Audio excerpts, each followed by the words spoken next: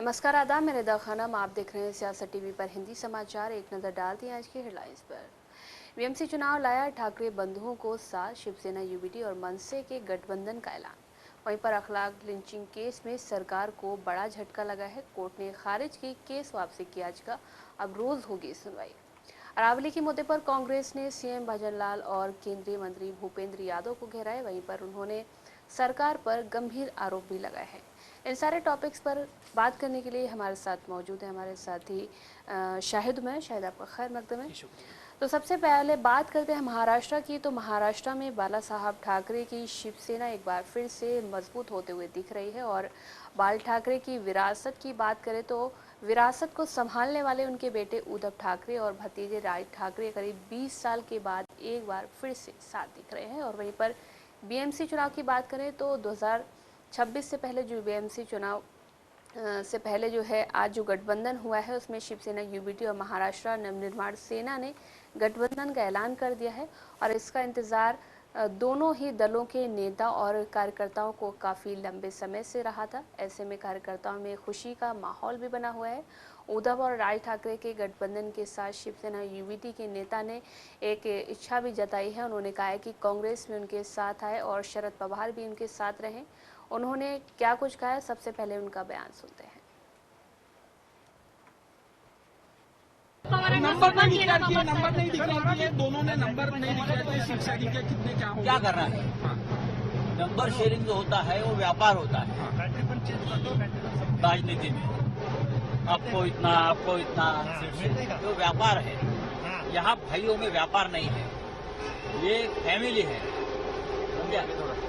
हम देख लेंगे हमको क्या करना है। कांग्रेस को भी आखिरी मूवमेंट तक कांग्रेस को हमने बहुत बार रिक्वेस्ट किया है कि बीजेपी को अगर हमको हराना है तो आपको साथ आना होगा। तुम्ही या संदर्भात पुरा बोलताना जेव्हा कोण बोलत होतं की तेव्हापासून बोलता।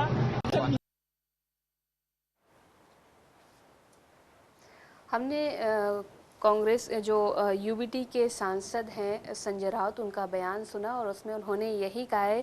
उन्होंने कांग्रेस से एक अपील की है कि उन्होंने कहा है कि सब लोग साथ आएं और साथ मिलकर रहें और शरद पवार भी उनके साथ रहें। और उन्होंने साथ ये भी कहा है कि कांग्रेस ने हमसे बहुत बार आग्रह भी किया है, अगर हमें भाजपा को हराना है तो हमें एक साथ आना होगा।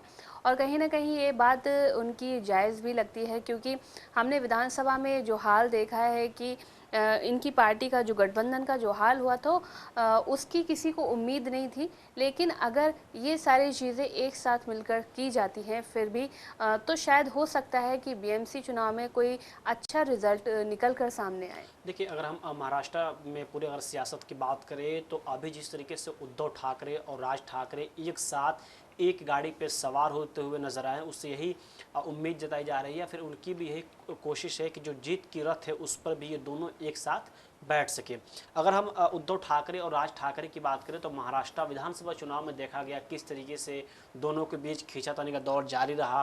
और राज ठाकरे की बात करें तो कुछ हद तक इनका पूरा सपोर्ट बीजेपी पर रहा, लेकिन उद्धव ठाकरे, अजीत पवार और कांग्रेस साथ में चुनाव लड़े। हालांकि वहां पर करारी हार का भी सामना करना पड़ा। उसी चुनाव के बाद से देखा गया कि राहुल गांधी ने वोट चोरी मुद्दे को लेकर किस तरीके से बताया कि यहाँ पर लोकसभा और विधानसभा के बीच चुनाव में किस तरीके से हेराफेरी की गई। राज ठाकरे की अगर हम पूरी छवि की बात करें तो राज ठाकरे को लेकर माना जाता है महाराष्ट्र में कि एक खास तबका है वो नाराज है। बीच में देखा गया कि राज ठाकरे के पार्टी की तरफ से किस तरीके से अजान को लेकर भी काफ़ी विवाद सामने आया। तो उनको जिस तरीके से अभी आपने भी कहा कि खुद शिवसेना की तरफ से संजय राउत की अपील है कि कांग्रेस साथ में आए, तो कांग्रेस को भी इस बात का कहीं ना कहीं डर है कि अगर हम उद्धव ठाकरे के साथ तो ऑलरेडी कांग्रेस है, अगर उनके साथ राज ठाकरे के साथ कांग्रेस शामिल हो जाती है तो जिस तरीके से वहां पे एक तबका माना जाता है कि राज ठाकरे से नाराज है, तो क्या वो वोटर जो है वो कांग्रेस से खिसक जाएंगे। आमतौर पे अगर हम उद्धव ठाकरे और राज ठाकरे पर गौर करें तो इन दोनों की आपसी क्योंकि पहले से भी दोनों फैमिली रहे हैं, इस बार भी कहा जा रहा है कि फैमिली का मामला, खुद संजय राउत ने कहा कि दो भाई हैं साथ में मिल रहे हैं, तो वो चीज़ें चलती रहेंगी। लेकिन जिस तरीके से संजय राउत ने कहा है कि कांग्रेस से हम अपील कर रहे हैं कि कांग्रेस साथ में आए, और उन्होंने ये भी कहा कि शरद पवार भी उनके साथ रहे, तो मतलब एक तरह से कांग्रेस और शरद पवार को भी संजय राउत ने जोड़ने की कोशिश की है। लेकिन अहम सवाल ये है कि क्या राज ठाकरे को उद्धव ठाकरे से मिलने से पहले संजय राउत ने कांग्रेस से और शरद पवार से ये बात की कि राज ठाकरे को हम अपने साथ ला रहे हैं, क्योंकि अगर वहां पे हम एमबीसी चुनाव की बात करें तो अगले साल यानी 2026 में होने वाला है, और उसी को लेकर वो चाहे बीजेपी हो, अगर हम अजित पवार की बात करें या फिर अगर उनके साथ हम शरद पवार की बात करें, तमाम जो पॉलिटिकल पार्टियां हैं वो पूरी ताकत के साथ वहां के जो चुनाव होते हैं वो चुनाव लड़ने की तैयारी करते हैं। लेकिन इसी बीच ये माना जा रहा है कि राज ठाकरे और उद्धव ठाकरे के साथ में आने से यकीनन वहां के चुनाव के परिणाम बदल सकते हैं। लेकिन इसी बीच अगर हम बात करें तो क्योंकि महाराष्ट्र में कांग्रेस भी काफ़ी मजबूत है और इसी पूरे मामले को लेकर जो कांग्रेस के नेता हैं उनका बयान सामने आया है, लेकिन उन्होंने एक आरोप ये भी लगाया है कि क्या जिस तरीके से अभी शरद पवार, संजय राउत ने कहा कि शरद पवार साथ है, तो इसी बीच जो कांग्रेस के नेता हैं अतुल लोंढे, उनका बयान सामने आया है और उन्होंने साफ तौर पे कहा है कि क्या इसका मतलब है कि महायुति पूरी तरीके से फूट पड़ गई है, क्योंकि ऑलरेडी हमने देखा कि जिस तरीके से अभी कहा जा रहा है कि राज ठाकरे उनके साथ हैं, अजित पवार की भी बात की जा रही है, शरद पवार की, तो अब कांग्रेस की तरफ से एलिगेशन लगाया जा रहा है कि क्या सच में महाराष्ट्र में सब कुछ ठीक नहीं, क्योंकि देखा गया मुख्यमंत्री जब वहाँ पर देवेंद्र फडणवीस बनाए गए उसके बाद से ही कहा जा रहा था कि शायद नाराजगी चल रही है। बीच में भी कुछ ऐसे मामले देखे गए जहाँ पे एक एकनाथ शिंदे और माफ कीजिएगा फडणवीस के बीच कुछ मामले चलते रहे, लेकिन अब इस पूरे मामले को लेकर कांग्रेस के जो नेता हैं उनका बयान सामने आया है। तो आइए सुनते हैं कि पहले इस पूरे मामले पे अतुल लोंढे जो कि कांग्रेस के नेता हैं उन्होंने क्या कहा है। कांग्रेस पार्टी इसे किस तरीके से देखती है? देखिए, उनकी तो चर्चा चल रही थी। कांग्रेस पार्टी ने, जहां तक महानगर पालिकाओं के, नगर पालिकाओं के चुनाव का सवाल है, किसके साथ जाना है, गठबंधन करना है, किसके साथ नहीं करना है, इसके अधिकार स्थानीय नेताओं को दिए हैं। और मुंबई में हमारे स्थानीय नेताओं ने, हमारी वहां प्रदेशाध्यक्ष आदरणीय वर्षाताई ने निर्णय लिया है सबको साथ मिलकर, और वरिष्ठ लोगों ने उसको मान्यता दी है कि वो अकेले लड़ेंगे, तो वो सवाल नहीं उठता। और वो कई दिनों से उनकी चर्चा चल रही थी और ये लगभग तय था कि वो साथ आने वाले हैं। आज केवल आधिकारिक घोषणा हो रही है। सवाल ये नहीं है, आज की खबर ये है कि एनसीपी, शरद पवार जी और अजित पवार जी इकट्ठे आ रहे हैं। तो क्या महायुति टूट चुकी है, या फिर एक ही वक्त में कोई पार्टी महाविकास आघाड़ी में भी है और महायुति में भी है? तो राजनीति का इस तरह से तोड़फोड़ महाराष्ट्र ने कभी देखी नहीं थी, और इसका श्रेय जो है वो देवेंद्र फडणवीस जी को जाता है।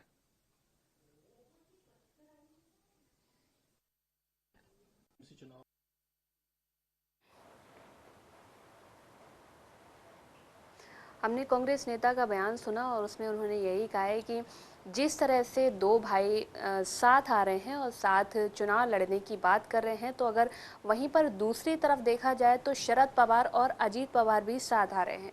तो इसमें उन्होंने चुटकी लेते हुए कहा है कि इसका मतलब है अजीत पवार जब शरद पवार के पास आ रहे हैं तो शायद महायुति में कहीं ना कहीं कोई हलचल पैदा हुई है। और इससे पहले हमने जब देखा था कि भाजपा की तरफ से कुछ इल्ज़ाम लगाए जा रहे थे, कहा जा रहा था कि शरद पवार और उद्धव ठाकरे और जो कांग्रेस है उसके बीच सब कुछ ठीक नहीं है। लेकिन यहाँ पर ये देखा जा रहा है शायद अगर अजीत पवार शरद पवार के साथ चले जाते हैं तो वाकई में ऐसा लग रहा है कि महायुति में सब कुछ ठीक नहीं चल रहा है। देखिए, अगर अजीत पवार शरद पवार के साथ चले जाते हैं तो सवाल ये है कि महाराष्ट्र के महायुति में एकनाथ शिंदे का क्या होगा, क्योंकि एकनाथ शिंदे को देखा गया किस तरीके से डिमोशन कह सकते हैं, क्योंकि जो मुख्यमंत्री है अगर बाद में उप मुख्यमंत्री बन जाता है तो आप उसकी पार्टी या फिर उसकी अहमियत को समझ सकते हैं। अभी जिस तरीके से कांग्रेस नेता अतुल ने तंज कसते हुए कहा है कि आज की खबर ये भी है कि अजीत पवार और शरद पवार एक साथ आने वाले हैं, तो क्या इसका मतलब ये है कि महायुति में फूट पड़ गई है? तो उनका भी इशारा एक तरफ से साफ तौर पे है, क्योंकि अगर शरद पवार की बात करें तो वो ऑलरेडी कांग्रेस के समर्थन में है। अजीत पवार की बात करें तो इस वक्त महाराष्ट्र में वो अपनी पार्टी के साथ बीजेपी के साथ मिलकर सरकार चला रहे हैं। तो अगर अजीत पवार शरद पवार एक साथ सामने आते हैं, उद्धव ठाकरे और राज ठाकरे एक साथ आती है, तो यकीनन महाराष्ट्र के इतिहास में अगर हम राजनीति में बात करें तो ऐसा शायद पहली बार होने जा रहा है, क्योंकि खुद ऐसी बात अतुल ने भी कहा है कि महाराष्ट्र की जनता इसे पहली बार देखेगी। अगर हम संजय राउत की बात करें, उन्होंने भी कहा है कि पहली बार ऐसा कुछ होने जा रहा है। तो जिस तरीके से महाराष्ट्र की राजनीति में अब जो फैमिली है वो आपस में उनकी मिलने की कवायद शुरू हो रही है, तो यकीनन वहाँ पे अगर ये सब चीज़ें चलती रहें, या जिस तरीके से अभी कहा गया है कि अजित पवार और शरद पवार एक साथ मिलेंगे, तो यकीनन जो देवेंद्र फडणवीस है उनको झटका लग सकता है, और आने वाले वहाँ पे जो चुनाव होने वाले हैं उस पर इसका कहीं शायद ज़्यादा नुकसान बीजेपी को पड़े, क्योंकि तब देवेंद्र फडणवीस शायद अकेले पड़ जाएं। लेकिन देखने वाली बात होगी इसके बाद एकनाथ शिंदे की क्या अहम भूमिका रहती है, उनका क्या इस पूरे मामले में प्रतिक्रिया सामने आती है। लेकिन ये भी कहा जाता है कि जहाँ पे जिस राज्य में जिसकी सत्ता हो उसको ज़्यादा फायदा होता है, तो क्या अपने पावर का इस्तेमाल करके इससे फ़ायदा देवेंद्र फडणवीस खुद उठा सकते हैं, या फिर अजित पवार अगर शरद पवार के साथ मिल जाते हैं। इधर राज ठाकरे और उद्धव ठाकरे की भी बात सामने आ रही है कि दोनों भाई साथ में, क्योंकि आज खुद देखा गया तस्वीरें जो सामने आई, एक गाड़ी में दोनों सवार हुए हैं। तो यकीनन हम महाराष्ट्र की अगर सियासत की बात करें तो आने वाले दिनों में शायद कुछ पेचीदा होने वाला है। देखिए, इससे पहले जो संजय राउत का जो बयान सामने आया और हमने सुना भी कि उन्होंने यही कहा था कि कांग्रेस अगर साथ आती है तो ये हमारे लिए बेहतर होगा, क्योंकि हम इन सारी चीज़ों को, जो भाजपा है जो महाराष्ट्र पर या दूसरे राज्यों पर कब्जा करना चाहती है, उससे कहीं ना कहीं हमें एक जो नुकसान पहुंचने वाला है वो नुकसान नहीं पहुंचेगा। और उन्होंने एक तरह का आग्रह ही किया है कि कांग्रेस हमारे साथ आए। लेकिन इससे पहले हम बता दें कि कांग्रेस नेता विजय वडेट्टीवार का एक बयान भी सामने आया है। उन्होंने कहा है कि दो भाई साथ आए हैं, इस बात की हमें बहुत ज़्यादा खुशी है, और हम बिल्कुल खुश हैं जब कोई एक परिवार एकजुट होकर चुनाव लड़ता है, तो हमें नाराज़ होने का कोई भी कारण नहीं होता है। लेकिन उन्हें साथ ये भी कहा है कि लेकिन याद रखें कि कांग्रेस कभी भी एमएनएस के साथ गठबंधन करने को तैयार नहीं होगी। इससे पहले भी हमने देखा था कि कांग्रेस के कई सारे नेताओं की तरफ से जो प्रतिक्रियाएं सामने आई थी, उसमें उन्होंने यही कहा था कि हम अगर उद्धव ठाकरे एमएनएस के साथ गठबंधन कर लेते हैं तो शायद हम उद्धव ठाकरे के साथ भी ना रहेंगे। देखिए, अभी हमने कहा भी कि अगर हम इस पूरे मामले में बात करें तो एक तरह से उद्धव ठाकरे को लेकर तो एक खास तबका में कभी नाराजगी रही, अभी भी माना जाता है, क्योंकि हमने देखा खुद संजय राउत के बयान सामने आया था जिसमें बाबरी मस्जिद का उन्होंने जिक्र किया था, तो वो एक नाराजगी रही है। लेकिन अगर एमएनएस की बात करें, राज ठाकरे की बात करें, तो उनके उद्धव ठाकरे से मिलने पे वहाँ के जो पॉलिटिक्स है वो महाराष्ट्र पर सिर्फ असर पड़ेगा। लेकिन सच में अगर कांग्रेस शायद एमएनएस से गठबंधन कर ले तो सिर्फ महाराष्ट्र ही नहीं बल्कि कांग्रेस को लेकर पूरे देश में एक सवाल खड़ा किया जाएगा, क्योंकि ऑलरेडी कांग्रेस पार्टी एक नेशनल पार्टी है, वो अभी भी 2 से 3 राज्यों में अपनी सरकार चला रही, तो उसको सिर्फ महाराष्ट्र के सियासत को नहीं देखना है, सिर्फ महाराष्ट्र में अपनी वजूद को नहीं देखना। वो आमतौर पर कांग्रेस को भी फैसला करती है तो राज्य से सबसे ज़्यादा पूरे देश में दिखती है कि हमारी यहाँ पे गठबंधन से और राज्यों में क्या असर पड़ेगा। तो शायद यही वजह रहा है कि विजय ने तो एक तरफ से जहां तारीफ की है कि दो भाई आपस में मिलते हैं तो वो एक बेहतर चीज़ें सामने आती है, लेकिन इशारों में उन्होंने ये भी कहा है कि हम यानी कांग्रेस एमएनएस से कभी गठबंधन नहीं करेगी। हालांकि राजनीति में कुछ भी संभव है, अगर विजय वडेट्टीवार ने ऐसा बयान दिया है तो इस पर कतई ये नहीं कहा जा सकता कि शायद आने वाले वक्त में कांग्रेस एमएनएस से गठबंधन न करे। हालांकि वो खुद ऑलरेडी उद्धव ठाकरे के साथ समर्थन में है, लेकिन अभी इस पूरे मामले पे कांग्रेस का जो आला कमान है उसका भी कोई भी इस मामले में प्रतिक्रिया उसके सामने नहीं आई है। तो ये देखने वाली बात होगी कि कांग्रेस का जो आला कमान है इस पूरे मामले में क्या प्रतिक्रिया देता है, या फिर सच में कांग्रेस महाराष्ट्र के जो लोकल नेता हैं जो वहाँ पे, या फिर महाराष्ट्र के जो आला कमान है जो वहाँ के प्रदेश अध्यक्ष हैं, उन पर यह सारी जिम्मेदारी सौंपी जाती है कि जो बेहतर हो आप वहाँ पर कदम उठाएँ। देखिए, अगर विजय वडेट्टीवार की बात करें तो उन्होंने साथ ये भी कहा है कि ये नतीजे पूरी तरह से कांग्रेस के कार्यकर्ताओं की मनोदशा को दर्शाते भी हैं और वे स्थानीय चुनाव स्वतंत्र रूप से लड़ना चाहते हैं। तो एक तरफ से तो ऐसा लग रहा है कि वाकई में कांग्रेस किसी के साथ गठबंधन में जाकर चुनाव लड़ने के मूड में नहीं है, लेकिन जिस तरह से बाकी नेताओं के या जो यूबीटी के जो नेता हैं उनके जो बयान सामने आ रहे हैं उससे यही लग रहा है कि हो सकता है आने वाले दिनों में, क्योंकि कांग्रेस को भी अपनी साख बचानी है और जो यूबीटी है उसको भी अपनी साख बचानी है, एमएनएस को भी अपनी साख बचानी है और एनसीपी एससीपी को भी अपनी साख बचानी है। अगर सबको साथ मिलकर अगर लड़ सकते हैं तो शायद इसमें राजनीति दूसरी तरफ पलट सकती है, लेकिन अगर सभी लोग इंडिविजुअली अगर लड़ते हैं तो शायद किसी और को इसका फ़ायदा मिल सकता है। और देखिए विजय वडेट्टीवार की बात करें तो उन्होंने एक चीज़ और भी बोली है कि महाराष्ट्र के लिए मराठी लोग क्या फैसला लेते हैं ये उन पर डिपेंड करता है, लेकिन ये सच है कि राज्य में मराठी भाषा और मराठी पहचान पर खतरा मंडरा रहा है।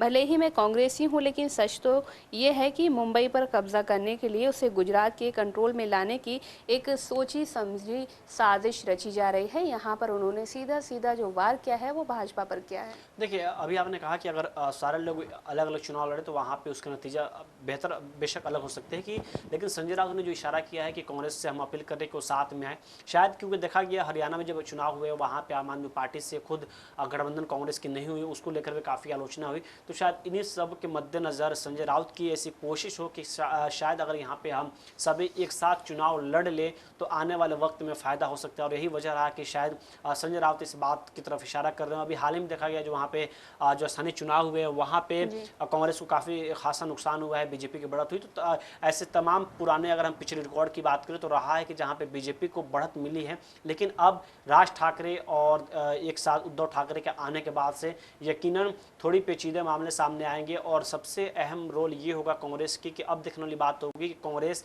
क्या सच में उद्धव ठाकरे के साथ रहते हुए वहाँ पे चुनाव लड़ता है, या राज ठाकरे के आने के बाद से उद्धव ठाकरे को किसी एक पार्टी से हाथ धोना पड़ सकता है। हम वहीं पर बात करते हैं यूपी के जो एक ग्रेटर नोएडा में अखलाक मॉब लिंचिंग की जो घटना सामने आई थी, उसके मामले में एक बार फिर से न्यायिक प्रक्रिया सुर्खियों में आ गई है और इस मामले में अदालत से यूपी सरकार को झटका भी लगा है। इस मामले को लेकर सूरजपुर स्थित फास्ट ट्रैक कोर्ट में अहम सुनवाई भी हुई, जिसमें अदालत ने यूपी सरकार की ओर से मुकदमा वापस लेने की याचिका को खारिज भी कर दिया है। और यहीं पर मोहम्मद अखलाक के भाई जान मोहम्मद का बयान भी सामने आया है। सबसे पहले उनका बयान सुनते हैं।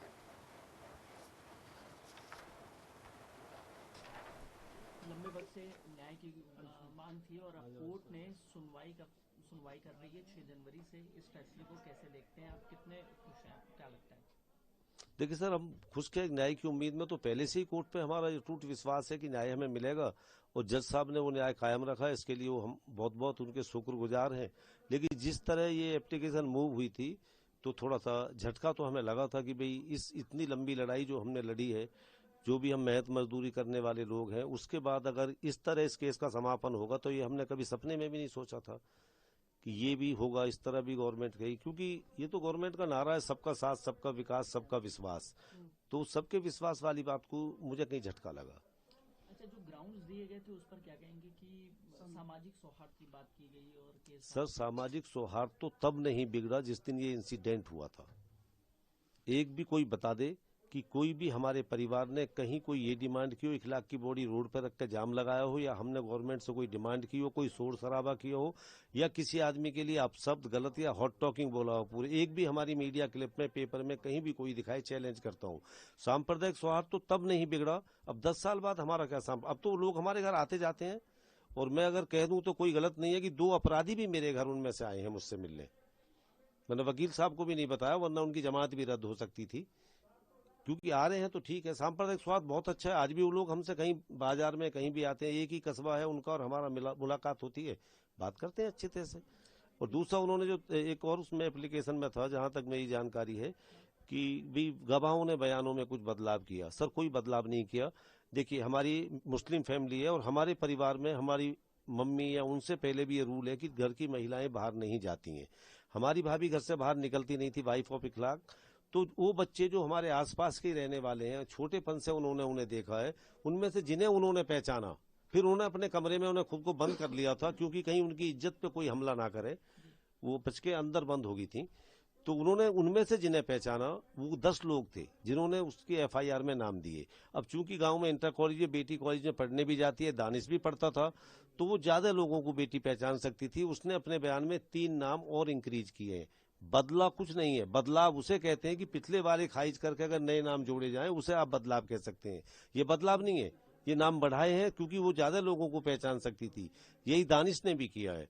दानिश लड़का है, लड़कों के साथ खेलता है, बैठता है, उठता है, पढ़ता है, उसका बचपन गुजरा है, तो ज्यादा बच्चों को पहचानता है, उसका फील्ड थोड़ा और ज्यादा बड़ा है, तो उसने इंक्रीज ही तो किया अपने नाम में, जिसने उन्हें पहचाना। बदलाव कहाँ हो गया सर? अच्छा, जो रिपोर्ट्स में वेरिएशन थी कि पहले उसको मीट बताया गया, फिर गौवंश बताया गया, ये भी वेरिएशन थी, इस पर क्या कहना चाहेंगे? देखिए सर, वेरिएशन थी तो मैं तो सीधी एक बात कहता हूँ कि हमें नहीं पता कि जो मीट वो रोड से उठाया, इखला के घर से कुछ नहीं मिला, मैं पहले साफ कर चुका हूँ कि जो मीट रोड से उठाया तथाकथित, पहली बात तो जिस भगोने में वो मीट दिखाया है वो भगोना फ्रिज में आ ही नहीं सकता इतना बड़ा, जो इखलाक का फ्रिज है। और दूसरी बात यह है कि वो मीट भी जो पुलिस लेके गई है उसे, वो जांच की, वो केस ऑफ प्रॉपर्टी है, उसे डिस्ट्रॉय कैसे कर सकते हैं आप? वो पुलिस ने फेंक क्यों दिया? कौन सा मीट वहां भेजा है मथुरा, हमें क्या पता है सर, हमें दिखा के थोड़ी भेजा है। वहां 200 ग्राम मीट किसी शीशे के डिब्बे में जार में रख के भेजा है, हम कैसे कह सकते हैं कि इतने दिन बाद वो दूसरा कौन सा मीट गया, किसका मीट गया है, इस पर राजनीति हो रही है, क्या हो रहा है, हमें थोड़ी ना पता है सर।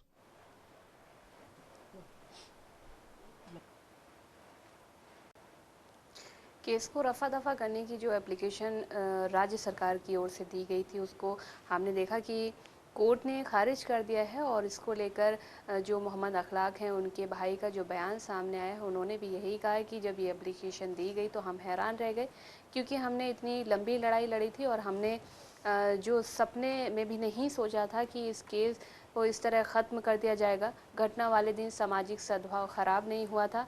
क्या कोई मुझे एक भी ऐसा उदाहरण दिखा सकता है जहां पर अखलाक की लाश सड़क पर रखी गई हो और हमने जाम लगाया हो, या जहां पर कोई चिल्लाया हो या हंगामा हुआ हो या किसी भी के खिलाफ अपमानजनक टिप्पणी की गई हो? और इससे पहले भी हमने देखा कि इस केस में जो है अखलाक की बेटी शाइस्ता की गवाही भी हो चुकी है और शाइस्ता इस केस की जो है चश्मदीद गवाह भी है। वहीं इस मामले में अब अगली सुनवाई 6 जनवरी को होगी। लेकिन यहाँ पर सबसे बड़ा एक सवाल और भी उठता है कि जो चश्मदीद गवाह हैं उनको संरक्षण कौन देगा? क्योंकि यूपी में रहते हुए हम किसी पर भी भरोसा नहीं कर सकते हैं कि यूपी में इस तरह के जो कुलदीप सेंगर है और उसको जिस तरह से बचाया जा रहा है, और वो जिस तरह से आज हमने देखा कि कुलदीप सेंगर को जिस तरह से ज़मानत मिली है, एक रेप का आरोपी है और पीड़िता लगातार गुहार लगा रही है, तो वहीं पर अगर अखलाक के दोषियों की अगर बात करें तो जिस तरह से उनको रिहाई दिलाने की यूपी सरकार बात कर रही है, तो यहाँ पर कहीं ना कहीं उनकी भी जान को खतरा हो सकता है। देखिए, अगर हम कुलदीप सेंगर की बात करें, तमाम ऐसे बहुत से ऐसे राजनेता हैं, नेता हैं जिन पे गंभीर धाराओं में केस दर्ज है, लेकिन उनके ऊपर जब सुनवाई होती है तो देखा जाता है, खुद ऐसा हमने विपक्ष आमतौर पर लोग कहते हैं कि अदालत के 2 तरीके के फैसले सामने आते हैं। लेकिन अभी हम अखलाक की बात करें तो 2015 का वो दिन शायद किसी ने भूला नहीं होगा कि जब अखलाक के घर से कैसे घसीटते हुए उसको पीटा गया। सिर्फ ये अफवाह थी कि मंदिर से ऐलान किया गया था कि अखलाक के घर में गाय का वध किया गया है, और उस अफवाह को लेकर घर से अखलाक को घसीट कर निकाला गया और वहाँ पे इतनी बेदर्दी से, इतनी बेरहमी से मारी गई कि अखलाक की मौत हो गई। इस पूरे मामले में 2015 में 10 अज्ञात लोगों पर FIR होती है, कुछ लोगों को गिरफ्तार किया जाता है। और आपको जानकर यह हैरानी होगी कि पूरा मामला जो है महज दिल्ली, यानी जो देश की राजधानी है, उससे 49 किलोमीटर दूर बिसाड़ा गांव की एक घटना है, जो कि बताया जा रहा है कि 28 सितंबर 2015 की घटना थी।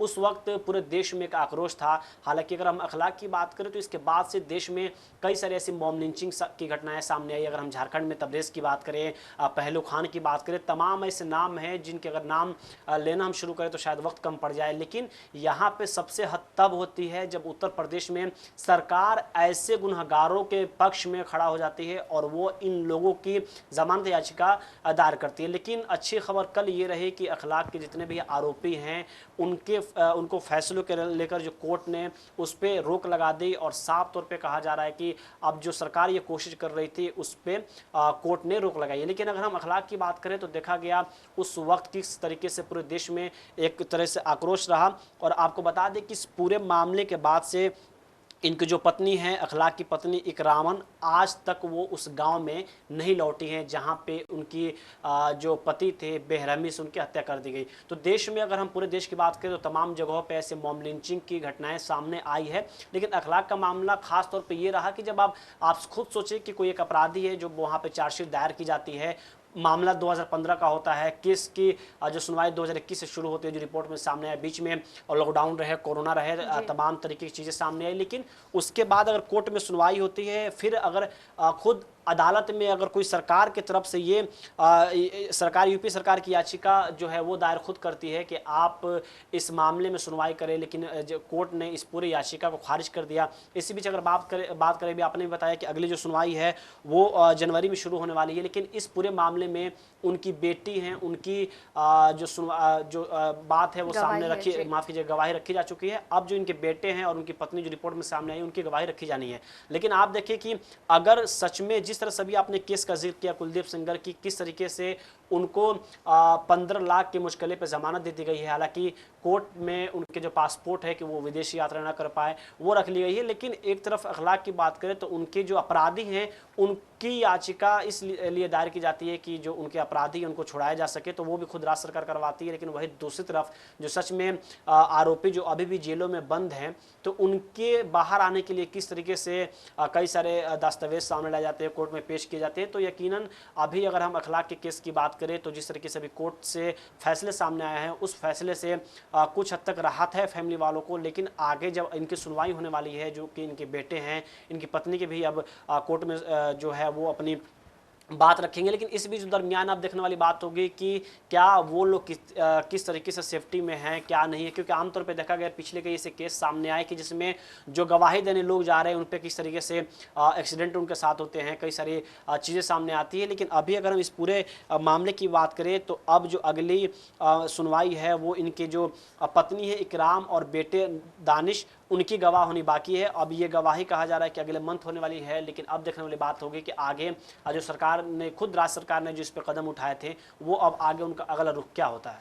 जी, हालांकि हम अगर बात करें कि इस देश में जो आरोपी होते हैं उनको सख्त सज़ा मिलनी चाहिए, लेकिन कुछ टाइम से ख़ासकर 2014 के बाद हमने देखा है कि जो आरोपी होते हैं उनको सरकार का संरक्षण प्राप्त हो जाता है और उनके हौसले इतने बुलंद हो जाते हैं कि वो ऐसे क्राइम करने के लिए ज़रा भी बाध्य नहीं होते हैं। वो सोचते हैं क्योंकि अगर हम क्राइम कर भी देंगे तो हमें किसी भी तरह से बचा लिया जाएगा, और यही चीज़ें होती आई हैं। हम अखलाक के केस में देखेंगे या कुलदीप सेंगर के केस में देखेंगे। अब देखिए, कुलदीप सेंगर की जो ज़मानत हुई है उसमें कोर्ट की तरफ से ये कहा गया है कि आप बाहर विदेशी यात्रा नहीं कर सकते, लेकिन ये क्या सबसे बड़ा कानून है, या यहाँ पर वो लड़की को जो लड़की के साथ रेप हुआ है वह उसके पिता की मौत हो जाती है, उसके चाचा की मौत हो जाती है, उसकी बुआ की मौत हो जाती है, उसके वकील की मौत हो जाती है, तो यहाँ पर उसको किस तरह से आप बताएंगे कि हमने आपके साथ कौन सा वाला इंसाफ किया है। देखिए, अगर इस पूरे मामले की हम बात करें तो इस मामले में मंगलवार यानी कल ग्रेटर नोएडा के सूरजपुर स्थित अदालत में सुनवाई हुई, जिसमें कोर्ट ने यूपी सरकार की याचिका खारिज कर दी। आपको बता दें कि इस याचिका में अखलाक की हत्या के आरोपियों के खिलाफ मामला वापस लेने की मांग की गई थी। अभी आपने कुलदीप सेंगर की बात की, अगर हम अखलाक की बात करें, दोनों मामलों में कांग्रेस के जो नेता है वो खुलकर सामने अपनी बात रखे हैं। लेकिन इसमें बता दें कि अगर अखलाक के केस की बात करें तो जो वकील यूसुफ सैफी हैं, उन्होंने बताया है कि अतिरिक्त जिला एवं सत्र न्यायाधीश की अदालत ने अभियोजन पक्ष की ओर से दायर याचिका को निराधार बताते हुए एवं खारिज कर दिया है। वही अभी इस मामले में बेटी शाइस्ता के अलावा अखलाक की पत्नी इकरामन और बेटे दानिश की गवाह होनी बाकी है। तो आप देखिए कि राज्य सरकार उन आरोपियों को छुड़ाने के लिए कैसे याचिका दायर करती है। हालांकि अब ये देखने वाली बात होगी कि जो जज हैं जिन्होंने ये फैसला सुनाया है, आगे उस पर क्या मामला सामने आता है। लेकिन इस पूरे मामले में कांग्रेस की नेता सुप्रिया श्रीनेत का बयान सामने आया है। तो आइए सुनते हैं कि इस पूरे केस को लेकर, अखलाक को लेकर जिस तरीके से पूरे मामले में देश में चीज़ें फैली, तो इस पूरे मामले को लेकर सुप्रिया श्रीनेत ने क्या कहा है। ऐसा लगता है जिस तरह की नफरत की और एक तरफा राजनीति योगी सरकार परस्यू करने की कोशिश कर रही थी। 2015 में अखलाक की एक भीड़ ने पीट कर जान ले ली, नृशंस हत्या की, और उसकी दूसरी हत्या उत्तर प्रदेश की सरकार ने करी जब उन्होंने कोर्ट में जाकर कहा कि हम केस वापस लेना चाहते हैं। कोर्ट ने बिल्कुल सही फैसला किया है। कोर्ट ने पहले तो उनकी याचिका को खारिज किया है, खारिज करते वक्त उसको आधारहीन बताया है, कहा है इसका कोई कानून संगत इसके लिए न्याय नहीं है। अब मुकदमा हत्या और दंगे दोनों का जारी रहेगा। मुझे लगता है कि अखलाक की मौत एक भीड़ ने की थी, और उस भीड़ ने की थी जिसको संरक्षण सरकार का प्राप्त है। दूसरी हत्या की कोशिश योगी सरकार ने जरूर करी, लेकिन वो शायद ऐसा कर नहीं पाए। कुलदीप सेंगर का कहानी हो जाए। अगर हम सुप्रिया श्रीनेत की बात करें तो उन्होंने यही कहा है कि 2015 में अखलाक को भीड़ ने पीट कर मार डाला था और यूपी सरकार ने कोर्ट जाकर केस वापस लेने की बात कहकर उनकी दूसरी हत्या कर दी है। कोर्ट ने सही फैसला लिया है। अब हत्या और दंगा दोनों के मामलों में मुकदमा जारी भी रहेगा और अखलाक की मौत सरकार के संरक्षण में रहने वाली भीड़ के कारण हुई थी।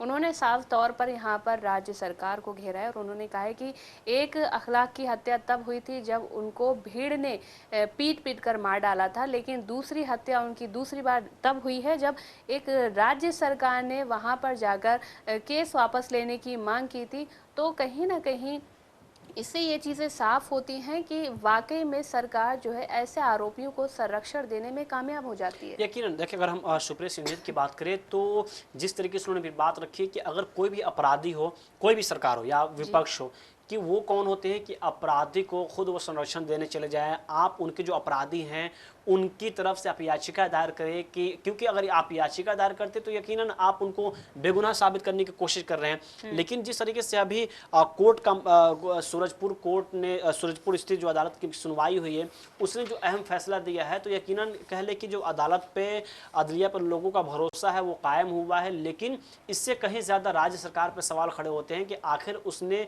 क्या सोचकर ऐसे आरोपियों की जमानत के लिए याचिका दायर करती है, ऐसे लोगों के लिए आगे आती है। सिर्फ एक केस के मामला नहीं है, अगर ऐसे लोगों के लिए अगर खुद सरकार खड़ी हो जाए, उनके जमानत के लिए अगर आप कोर्ट जाने शुरू हो गए, तो आने वाले वक्त में कोई भी राज्य हो या देश में ऐसे मामले थमने का नाम नहीं लेंगे। बल्कि कहा जाता है किसी भी कोई भी दंगा हो या किसी की हत्या हो तो वो इंसान करने से पहले 100 बार सोचता है, लेकिन अगर उसके सर पे किसी ताकतवर या पावरफुल लोगों का हाथ रहे तो एक भी बार नहीं सोचेगा। हमने इसके पहले भी कहा कि ये मामला सिर्फ अखलाक का नहीं। हमने देखा कि झारखंड में तबरेज, पहलू खान, कई ऐसे नाम है अगर गिनाने, बिहार में हुआ है। अभी बिहार में हम देखें कभी हाल ही में, क्योंकि उसके पहले भी चुनाव से पहले भी ये घटनाएं सामने आई, चुनाव के बाद भी किस तरीके से अब बिहार की घटना सामने आती है। अमूमन तौर पर अगर हम बात करें तो ऐसी घटनाएं सबसे ज्यादा उसी राज्य में आ रही है जहां पे बीजेपी की सरकार हो, और ये हमने खुद ऐसे आंकड़े भी बता रहे हैं। लेकिन अगर उससे कहीं ज्यादा गंभीर मामले तब सामने हो जाते हैं कि जब ऐसे आरोपियों को छुड़ाने के लिए खुद राज्य सरकार, चाहे कोई भी सरकार हो, अगर वो कोर्ट के सामने पेश हो, अपने लोगों को सामने रखे, तो यकीनन आने वाले वक्त में ऐसी चीज़ें लगातार बढ़ती रहेंगी। सरकार को ये होना चाहिए कि अगर ऐसे मामले में आप कोई अगर सुनवाई होती है तो आप उन पे स्टे लगाएं, रोक लगाएं। लेकिन इसके पहले हमने भी देखा किस तरीके से गुजरात दंगे में जो बिल्किस बानो के अपराधी हैं वो जब जेल से बाहर निकलते हैं तो किस तरीके से उनको माला पहना जाता है, मुँह मीठा करा जाता है, लोग सेल्फी लेने के लिए ऐसे निकलते हैं मानो वो देश के लिए कोई बड़ा मेडल जीत कर ला दिए है। तो ऐसे लोगों को अगर संरक्षण दिया जा रहा है खुद सरकार की तरफ से, अगर ऐसे लोगों को संरक्षण दी जाए, तो वही बीजेपी है जो नारा देती है बेटी बचाओ बेटी पढ़ाओ। तो शायद ये इसके नारा सिर्फ एक पार्टी चुनाव के लिए स्लोगन बनकर रह जाएगा। ऐसे नारे उसके जमीनी स्तर पे कभी काम नहीं आएंगे, क्योंकि अगर उत्तर प्रदेश की बात करें तो वहां पर लगातार रिपोर्ट बता रही है कि वहां पर रेप की घटनाएं सामने आ रही हैं। लड़की किस तरीके से घर से बाहर निकलना उनको मुश्किल हो रहा है। स्कूल जाने तक, जो अगर हम इंटरमीडिएट कॉलेज की बात करें, वहां पहुंचने तक जो लड़कियों का रेशियो है वो लगातार कम होते जा रहा है। तो यकीनन अगर ऐसे हम किसी भी अपराधी की बात करें, चाहे मॉब लिंचिंग की बात हो या किसी भी घटना की बात हो, अगर ऐसे लोगों को सरकार खुद संरक्षण देना शुरू कर देगी तो शायद आने वाले वक्त में ऐसे अपराधी के मनोबल लगातार बढ़ते रहेंगे, और तब घर से कोई किसी खास धर्म के लोग हो या फिर कोई एक लड़की क्यों ना हो, घर से निकलना उसका मुश्किल हो जाएगा। देखिए, इस देश में और ख़ासकर कुछ राज्यों में ऐसा होता है कि अपराधियों को पता होता है और आरोपियों को पता होता है कि हमें कहीं ना कहीं सरकार बचा लेगी। आपको याद होगा कि कुछ टाइम पहले एक लड़के की हत्या हुई थी और उसमें कुछ मुस्लिम समुदाय के व्यक्ति भी शामिल थे, और उसके बाद हमने देखा कि 9 लोगों को उम्र कैद की सज़ा हुई है और 1 लोग को फांसी की सज़ा हुई है, क्योंकि उन पर ये इल्ज़ाम था कि उसने उसको मारा था। लेकिन यहाँ पर इतने बड़े बड़े केस हो जा रहे हैं, लोगों की हत्याएं हो जा रही हैं, बच्चियों के साथ रेप हो रहा है, और उनके जो आरोपी हैं उनको बाहर निकाल दिया जाता है। खुद सरकार अपील करती है कोर्ट से कि इनकी याचिका, इनकी जो वो है, इनके खिलाफ जो दायर की गई हैं FIR, उसको खारिज कर दिया जाए। लेकिन यहाँ पर ऐसा देखा जाता है, और आपने एक बात की कि सरकार हमेशा बात करती है कि बेटी बचाओ बेटी पढ़ाओ, और हम अगर यूपी की बात करें तो यूपी में खासकर 5 लाख स्कूलों को बंद कर दिया गया। यहाँ पर आपको कैसे लगता है कि यहाँ पर सरकार बेटियों को या बेटों को आगे बढ़ने देगी? नहीं, देखिए, अभी आपने जिस केस का जिक्र किया, ये बहराइच का मामला था कि वहाँ पे कैसे एक धार्मिक जुलूस के दौरान वहाँ पे हिंसा की घटनाएं सामने आती है, लेकिन खुद भड़काया गया। उस केस की अगर बात करें, देखा गया कैसे सोशल मीडिया पे पहले एक शख्स जिसकी मौत होगी बाद में गोली लगने से, वो किसी खास समुदाय की छत पे चढ़ता है, वहाँ पे एक धार्मिक झंडा को तोड़ता है, निकालता है, रेलिंग जो है उसको तोड़ दी जाती है। उसके बाद वो अपना जो झंडा है जिसको लेकर तमाम तरीके से देश में विवाद रहा, वो झंडा वहाँ पे लगाने की कोशिश करता है। उसके बाद से ही बहराइच में, उत्तर प्रदेश के बहराइच में तनाव बढ़ता है। लेकिन बाद में उस शख्स की गोली लगने से मौत हुई, ये तो पता चला, लेकिन गोली किसने चलाया अभी तक ये पता नहीं चल पाया। लेकिन देखा गया किस तरीके से किसी एक खास समुदाय के ऊपर पूरा एक्शन लिया जाता है। 9 लोगों को, अभी आपने कहा कि कैसे जेलों के पीछे डाला जाता है, एक की फांसी की सजा सुनाई गई है। हालांकि आपको बता दें कि जो फांसी की सजा है वो निचली अदालत की तरफ से सुनाई गई है, उसके पास अभी ऑप्शन है कि वो हाई कोर्ट या सुप्रीम कोर्ट जाए। लेकिन अभी हम एक ही राज्य की 2 केस की बात करें जहां पे अखलाक को मारने वाले आरोपियों के पक्ष में राज्य सरकार खड़ा होती है और उनके जमानत याचिका के लिए वो खुद कोर्ट का रुख करती है। वही दूसरी तरफ अगर हम बात करें तो जहां पे सिर्फ शख्स की मौत हुई है, गोली लगने से ये पता है, लेकिन गोली किसने चलाई अभी तक ये मालूम नहीं चल पाया। लेकिन एक इंसान को फांसी की सजा सिर्फ इसलिए सुनाई जाती है, ऐसा रिपोर्ट में कहा गया है कि उसके पास से हथियार बरामद होते हैं, वो एक पिस्तौल। लेकिन अगर हम उसी उत्तर प्रदेश की बात करें तो एक राज्य में कानून सबके लिए बराबर है, तो कहां पे आप किसी अपराधी को बार बार संरक्षण दे रहे हो? कोई ऐसा अपराधी है जो बार बार पैरोल पे बाहर निकल जाता है, कोई अपराधी है जो रेप केस में बंद है, उसको जब वो जी चाहे पैरोल पे बाहर आ जाता है।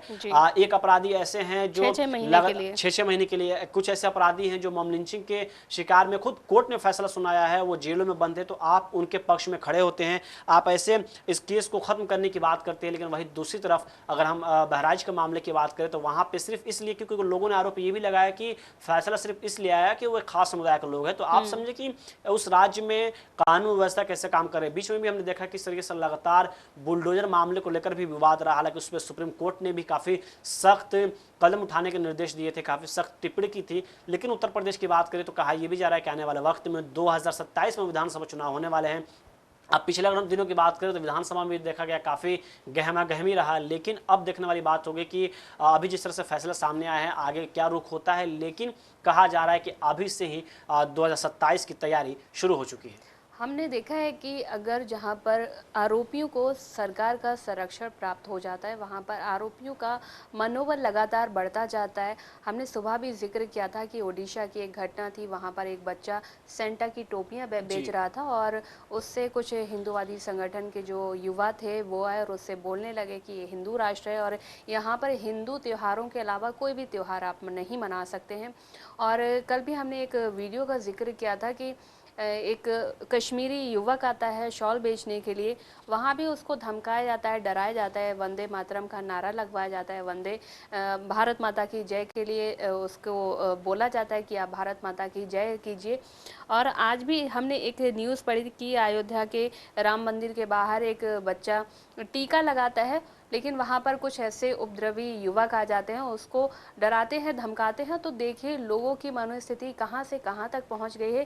क्योंकि अगर कोई इंसान इस तरह का काम करता है, कोई सड़कों के बाहर टोपी बेचता है या कोई बच्चा टीका लगाता है, कोई भी वो समुदाय का हो सकता है, या फिर कोई बाहर से अपना व्यापार करने के लिए शॉल बेचता है, कपड़े बेचता है, तो उसको पहले तो लोगों के पास यहाँ पर रोजगार नहीं है, लेकिन अगर कोई अपने खुद से आत्मनिर्भर बनने के लिए इस तरह के काम करता है तो उसको वो काम भी नहीं करने दिए जाते। देखिए, पहले कहा जाता था कि इस देश में सिर्फ हिंदू खतरे में है, उसके बाद से किस तरीके से सिर्फ हम पूरे हिंदू समाज की बात नहीं कर रहे, कुछ ऐसे लोग हैं जो दोनों समुदाय में होते हैं, कुछ आपत्तिजनक तत्व जो बार बार माहौल खराब करने की कोशिश करते हैं। पिछले कुछ सालों में आपने देखा होगा कि लगातार किस तरीके से बकरीद यानी मुसलमानों के जो त्यौहार होते हैं उसमें खस्सी को लेकर किस तरीके से लगातार विवाद करने की कोशिश की गई।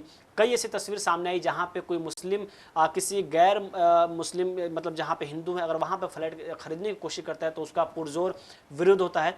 ये मामला खास तौर पे सबसे ज़्यादा एक खास तबका मुसलमानों के साथ रहा, लेकिन अब इसी देश में वही लोग अब मुसलमानों के साथ साथ अब क्रिश्चियन को भी टारगेट करना शुरू कर दिए। जी। अभी हम बात करें तो इसके पहले भी आपने कहा कि कैसे कुछ लोग जो जम्मू कश्मीर के होते हैं, तमाम जगह से होते हैं, वो मुसलमान होते हैं और वो शॉल बेचने जाते हैं, तो किस तरीके से उनकी पहचान मांगी जाती है। मानो कि गवर्नमेंट ने उसको इस बात की इजाजत दे दी है कि आप घूम घूम कर गली गली जाएं, सबकी पहचान जो नागरिकता है वो आप पहचाने। असल तो यह है कि इस देश में नागरिकता क्या है, अभी इसका तो कोई रियल प्रूफ है नहीं। आधार कार्ड की जब बात सामने आई तो SIR में उसको रिजेक्ट कर दिया गया। हमने देखा कि आधार कार्ड के बगैर आप ना तो पहचान पत्र बनवा सकते हैं, ना वोटर ID कार्ड बनवा सकते हैं, लेकिन ये चीज़ एक अलग मुद्दा है। लेकिन अगर हम बात करें पूरे मामले में तो कोई भी अगर एक शख्स, वो चाहे किसी भी समुदाय का हो सकता है, अगर वो अपनी रोजी रोटी चलाने के लिए किसी खास त्यौहार में कोई सामान अगर बेचता है, अगर हम क्योंकि 25 दिसंबर को क्रिसमस डे है, अगर उस मौके पर कुछ चीज़ें बेच रहा है अपने पेट को पालने के लिए, तो इसमें वो गलत क्या कर रहा है। दूसरी बात यह कि स्टार्टिंग में शुरू से ही कहा गया कि हिंदू खतरे में है और उसके जरिए देखा गया किस तरीके से कुछ लोग अपनी सियासत चमकाते हुए तेज नजर आए थे। लेकिन अब मामला मुसलमानों से हटकर क्रिश्चियन, कल शायद ईसाई, तो ऐसे मामले बढ़ते रहेंगे। हमने देखा कि अभी भी राज्य के कई ऐसे हिस्से हैं जहां पर दलितों के साथ किस तरीके से व्यवहार किया जा रहा है। खुद मल्लिकार्जुन खड़गे का यह बयान सामने है कि अभी भी शादियों में घोड़े पर दलितों को नहीं चढ़ने दिया जा रहा है। तो क्या वो दलित हिंदू नहीं, अगर हिंदू खतरे में है तो? या हिंदू खतरे क्या 2014 के बाद ही, या 2014 से पहले नहीं थे? कौन से वाले हिंदू खतरे कौन से में? वाले हिंदू खतरे में है? अभी अगर हम देखें तो खुद प्राइम मिनिस्टर की कुर्सी की बात हो, CM की बात हो, तमाम मंत्रालय आपके पास है। बीजेपी शायद एक ब्राह्मण वाहिद समाज के लोग भरे हुए हैं। बीजेपी वाहिद शायद एक ऐसी पार्टी जिसके पास बहुत ही कम मुस्लिम मंत्रालय में शामिल होंगे। लेकिन अभी देखें तो अब मामला जिस तरह से क्रिसमस डे को लेकर जो एक शख्स है वो किस तरीके से टोपी वगैरह बेचते हुए नजर आता है, उसको कुछ लोग उतरते हैं, कैसे टोशे करते हैं। तो ये चीज़ें यकीनन अगर वक्त रहते पुलिस प्रशासन इन पर नज़र, क्योंकि आमतौर पर अभी हम देखें तो हर जगह CCTV कैमरा लगे हुए, किसी भी अपराधी को या किसी भी शख्स को अगर गलत करते हुए देखा जाए तो उसको पकड़ना शायद मुश्किल नहीं है पुलिस के लिए। लेकिन अगर ऐसे लोगों को वक्त दिया जाता है तो यकीनन इनकी हिम्मत और बढ़ती है, इनके हौसले अफजाई होते हैं। और शायद यही वजह है कि वक्त पर रहते अगर इन पर कार्रवाई नहीं होती है तो आने वाले दिनों में ऐसे मामले लगातार बढ़ते जाते हैं। लेकिन फिर सवाल वही खड़ा होता है कि क्या ऐसे लोगों को स्पेशल किसी तरफ से खास संरक्षण दिया जाता है या फिर इनके मनोबल कोई और बढ़ा रहा है? जी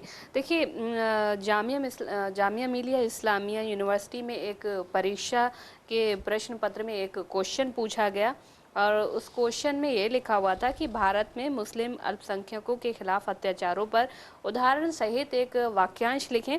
और जो सवाल पूछा उसके बाद जो चीज़ सामने निकल कर आई, जो खबर सामने निकल कर आई, तो उसमें कहा गया है कि जो वो प्रोफेसर थे उनको जो है निलंबित कर दिया गया है। अब देखिए यहाँ पर अगर आप कोई भी समुदाय से हो, कोई भी धर्म से हो, अगर आप सवाल पूछते हैं और इस तरह से देश से रिलेटेड कोई सवाल पूछते हैं, देश में क्योंकि बहुत सारी चीज़ें, बहुत घटनाएं ऐसी हो रही हैं जो वाकई में शर्मनाक है। क्योंकि अगर आप दूसरे देशों की बात करते हैं कि राहुल गांधी दूसरे देश में जाकर हमारे देश का मजाक उड़ा रहे हैं, वोट चोरी का मुद्दा वहाँ पर उठा रहे हैं और हमारे देश को बदनाम करने की कोशिश कर रहे हैं, लेकिन सबसे बड़ा सवाल ये उठता है कि क्या वो देश हमारे देश पर नज़र नहीं बनाए हुए हैं?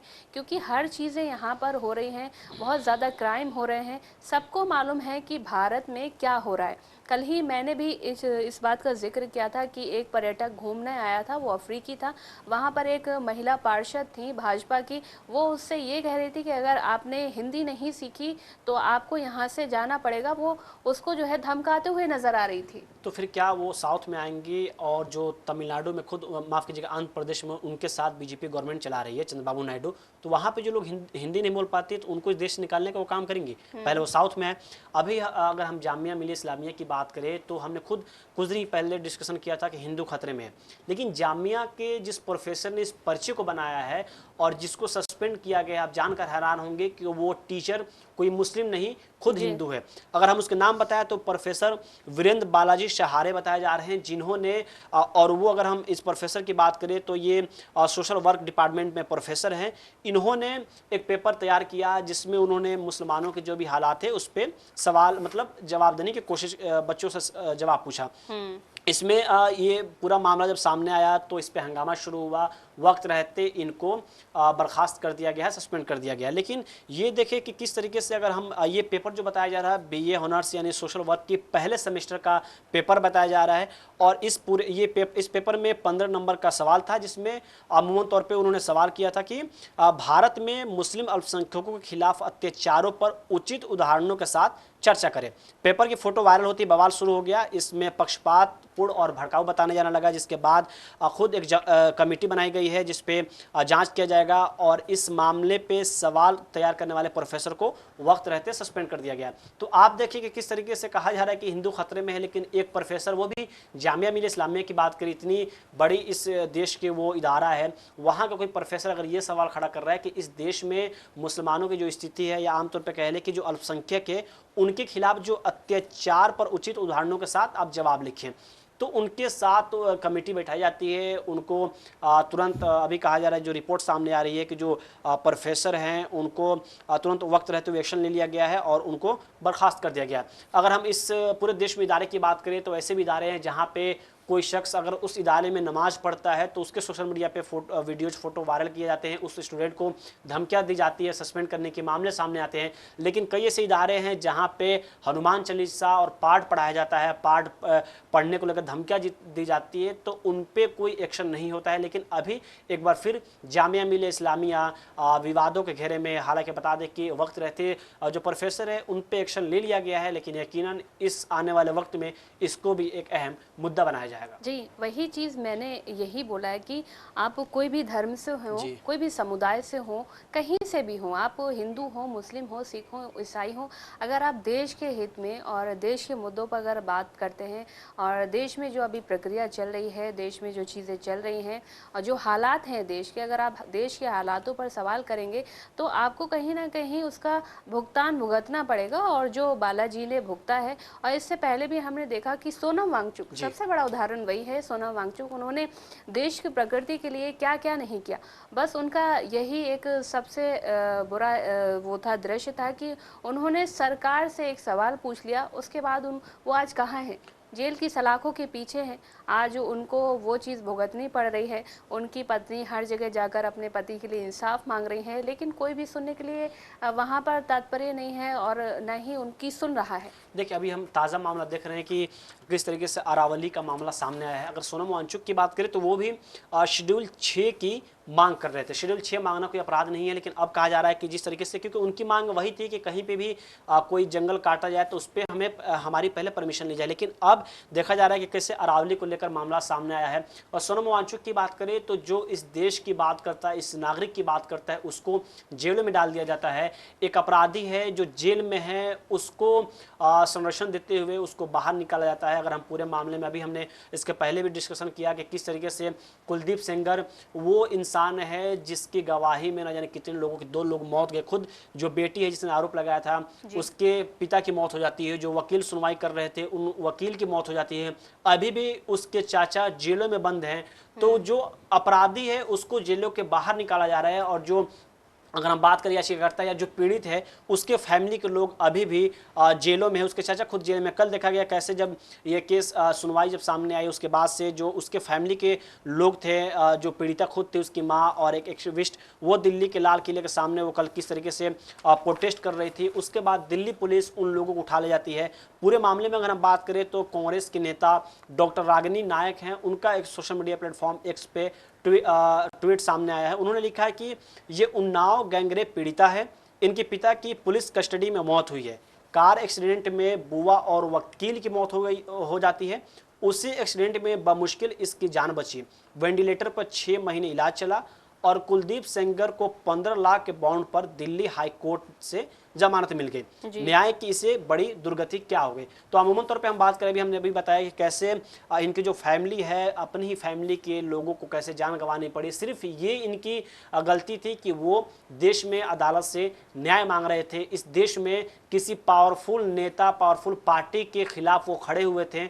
वो अपनी बस इतनी गुहार लगा रहे थे कि हमारे साथ जो अन्याय हुआ है उस पर सुनवाई हो, लेकिन कैसे वकील की मौत हो जाती है, पिता की मौत हो जाती है, खुद लड़की 6 महीने वेंटिलेटर पे रहती है। इसी के साथ अगर हम बात करें तो इस लड़की के चाचा अभी भी जेलों में बंद है, लेकिन जो आरोपी है उसको बाहर जमानत दे दी जाती है कि आप ठीक है, आप बाहर जाओ। बस कुछ ऐसे पैमाने लगाए जाते हैं जैसे कि आप पासपोर्ट जमा कर दो। लेकिन सवाल यही खड़ा होता है कि जो इंसान पे, जिस इंसान पे आरोप पूरी तरीके से लग चुका है, अगर वो इंसान बाहर जाता है तो क्या कुछ, अगर हो सकता है अभी भी कुछ सबूत बचे हो, तो क्या वो उसको खत्म करने की कोशिश नहीं करेगा? अगर हम पीड़िता की बात करें तो बयान सामने आया और पीड़िता का ये कहना है कि अभी भी हमारी जान खतरे में है। जी, देखिए ये अगर हम कुलदीप सेंगर की बात करें, अखलाक की बात करें, और हमने सुबह भी बात की थी कि अंकिता भंडारी का केस भी आजकल बहुत सुर्खियों में उसमें तो छाया वीडियो हुआ भी है, वायरल हो रहा है अब। और उसमें ऑडियो बहुत तेजी से वायरल हो रहा है। और वो भाजपा के एक नेता जी। का ऑडियो है कि उनकी पत्नी, उनकी पूर्व पत्नी और उनके बीच जो बातचीत चल रही है, उसमें उन्होंने यही कहा था कि इसमें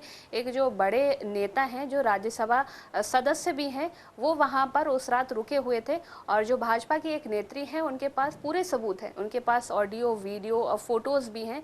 और उसी के बाद हमने देखा कि जो भाजपा की जो नेत्री थी, उन्होंने फौरन ही भाजपा के पद से इस्तीफा दे दिया। और साफ साफ सवाल यही उठता है, और सब लोग यही पूछ रहे हैं कि अगर कुछ नहीं था तो आपने, जो अंकिता भंडारी जिस रूम में रह रही थी, उस रूम को आपको इतनी जल्दी बुलडोज कराने की क्या जल्दी थी? वही तो देखिए कि बुलडोजर एक्शन भी कितना तेज होता है कि जिसपे, क्योंकि वहाँ पे यकीनन अगर फोरेंसिक जांच हो तो कई सारे ऐसे सबूत मिल सकते थे कि शायद जो और भी लोग बचे, क्योंकि अभी खुद बीजेपी की जो नेता है, अभिनेत्री है, उन्होंने आरोप लगाया है कि इसमें और भी कई लोग शामिल हैं। खुद राज्यसभा के जो सांसद उन पे एलिगेशन लगाया गया है। तो यकीनन शायद अगर घर को डिमोलिश नहीं किया गया होता तो उस पर कई ऐसे चीज़ें अंदर से निकलकर सामने आती। अंकिता भंडारी की बात करें तो इस केस ने भी पूरे देश को हिलाकर रख दिया था। लेकिन बीजेपी में कई ऐसे नेताओं के अश्लीलता वीडियो रोड पे चलते तमाम तरीके से वीडियो वायरल हो, तो पहली बार कोई ऐसा केस नहीं जो सामने आया हो। लेकिन अभी जिस तरीके से ऑडियो लीक हुए हैं, कहा यह जा रहा है कि अब इसकी जांच और आगे करानी जानी चाहिए, क्योंकि इसमें शायद कुछ और भी लोग फंस सकते हैं। देखिए, इससे पहले भी बहुत सारे केस ऐसे खुलकर सामने आए हैं। आपने भी कहा कि कुछ वीडियोस ऐसे वायरल होते हैं जिसको देखकर भी शर्म आती है, और वो भाजपा के नेता ही होते हैं, लेकिन उसके बाद उन पर कोई एक्शन नहीं लिया जाता है। बाकायदा उनके लिए हमारे देश के गृह मंत्री जो है वोट मांगने के लिए जाते हैं और कहते हैं कि हमारा अपना ही आदमी है, आप इनको जिताइए। तो देखिए, देश की मनोस्थिति या देश के नेताओं की मनोस्थिति कहाँ से कहाँ तक पहुँच चुकी मनुस्मृति है। नहीं, अब तो कहा जा रहा है कि देश मनुस्मृति पर चलने वाला है। जी, मनुस्मृति पे चलने वाला है, और सही कहा आपने, क्योंकि मनुस्मृति में जैसा जैसा लिखा हुआ है वो लोग उसको वैसा ही फॉलो कर बहराइच का रहे हैं। जो फैसला सामने आया, कहा यह भी जा रहा है कि उसमें भी जज ने जो फैसला दिया वो मनुस्मृति के हवाले से ही दिया। जी। अगर हम देखें तो राम मंदिर को लेकर जो बाबरी मस्जिद के मामले सामने आया, वो भी आस्था की बुनियाद पर फैसले दिए गए थे। जी, इससे पहले भी हमने देखा है कि शायद इससे पहले जो घटनाएं हुई यूपी में, एक और बड़ी घटना हुई थी मेरठ में कुछ साल पहले की, एक बाबा का सत्संग चल रहा था, उसमें जब भगदड़ हुई थी तो 150 लोग मारे गए थे। उसके बाद हमने देखा कि बाबा पर किसी भी तरह की कोई कार्रवाई नहीं की चार्जशीट गई। दायर होती है, लेकिन बाबा का नाम तक उसमें नहीं नाम होता। अब नहीं आप आता सोचिए है। कितनी बड़ी, मतलब कहे कि हो सकता है कि उत्तर प्रदेश पुलिस की आंखें तेज हो या ज्यादा सूंघती हो, लेकिन उस चार्जशीट में बाबा का नाम तक नहीं होता है। और भगदड़ में कितने ज्यादा लोगों की मौत होती है, लेकिन उस पर भी ना कोई कार्रवाई, ना कोई जवाबदेही तय होती है। जी, और ताज़ा मामला यहीं पर देख लीजिए कि जो प्रयागराज में हुआ था, और प्रयागराज में जो भगदड़ हुई थी, दिल्ली उसके रेलवे बाद स्टेशन पे भी देखा दिल्ली रेलवे स्टेशन पर 2 जगहों पर जो भगदड़ हुई थी, उसके बाद जो आंकड़े पेश किए गए थे, सबसे पहले वो आंकड़े गलत बताए गए, और एक जो नेता, जो हमारे देश के राज्य के मुख्यमंत्री हैं, उनकी तरफ से आंकड़ा गलत पेश किया जाता है। उसके बाद जो विपक्षी नेता हैं वो उनको बार बार इस चीज़ पर बोलते हैं, रोकते हैं, टोकते हैं, लेकिन वो किसी भी तरह से उस चीज़ को खारिज कर देते हैं और उस पर कोई भी सवाल नहीं पूछा जाता है। लेकिन बार बार यही कहा जाता है कि जो देश की जनता है उसको सबसे पहले सोचना चाहिए कि हम देश के हित में क्या कर सकते हैं, कौन सा ऐसा नेता है जिसको लाकर हम अपने देश के हित में काम करें, या देश के जो हालात हैं उस पर काम कर सके, देश के हालातों को सुधार सके। क्योंकि अगर जनता नहीं सोचेगी तो शायद देश का जो अभी रूप है वो नहीं बदल सकता है। तो नाजरीन, इसी के साथ हिंदी के समाचार में लाइव प्रोग्राम में बस इतना ही। मुझे और शाहिद उमैर को दे इजाज़त। आप बने रहें सियासत टीवी के साथ। अल्लाह हाफिज़।